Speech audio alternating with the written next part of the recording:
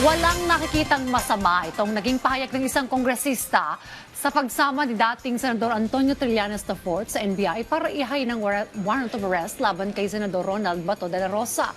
Ng report ni Vel Custodio. Maaring magsilbi ng warrant ng isang pribadong individual. Yan ang paliwanag ng abogado at kongresista na si Joel Chua, kaugnay ng pagsama ni dating Senador Antonio Trillanes sa paghahain ng warrant kay Senator Ronald Bato de la Rosa. Kaugnay nito na inilabas sa statement ng legal counsel ni Senator Bato na si Attorney Jimmy Bondoc. Alam po ninyo kasi kahit naman po private citizen, pwede naman po mag-aresto basta alam po ng private citizen, yung nasa harapan niya ay isang pugante na batas o mayroong isang warrant na nakalabas dahil ito po yung mga pagkakataon kung saan isa po yan sa mga pinapayagan ng batas sa warrantless arrest. Yan ang tinatawag nating citizen's arrest. Kahit po private citizen, pwede pong damputin si Senator Bato, lalo pat alam na ngayon ng buong bansa na siya ay isang wanted na at meron namang warrant talaga. Batay sa Rule 113 ng Revised Penal Code of Criminal Procedure ng Pilipinas, bukod sa peace officer kagaya ng pulis at NBI, maaaring magsagawa ng pag-aresto ang isang pribadong individual kahit walang arrest warrant.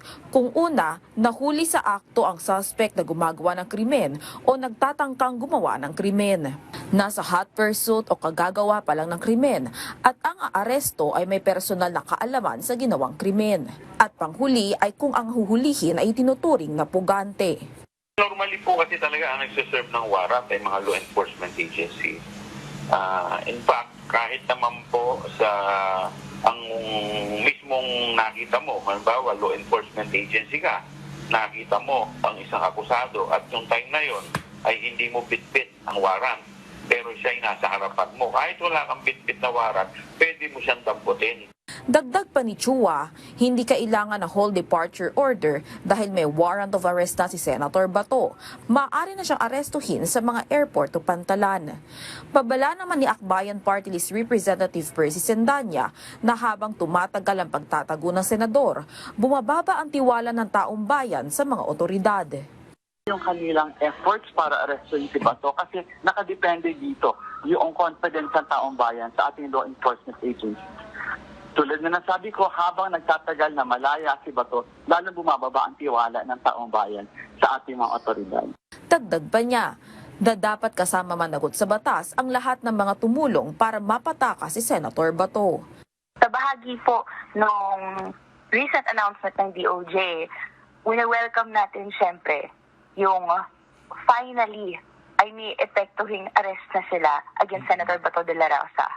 And it's incredibly ironic how Bato's camp is grasping at straws for every legal avenue just to keep things here.